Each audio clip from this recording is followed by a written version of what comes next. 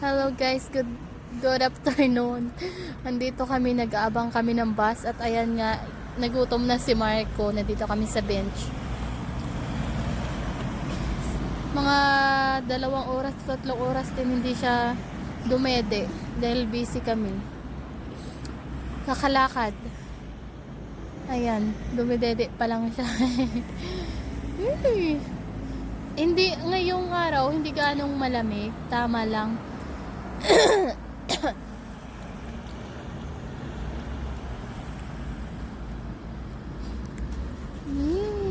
Ayan yung kanyang inahan. Nagpapadede.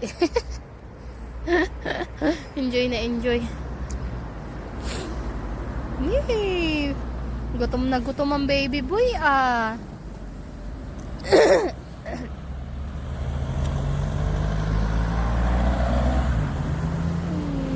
Ay, wabay naman.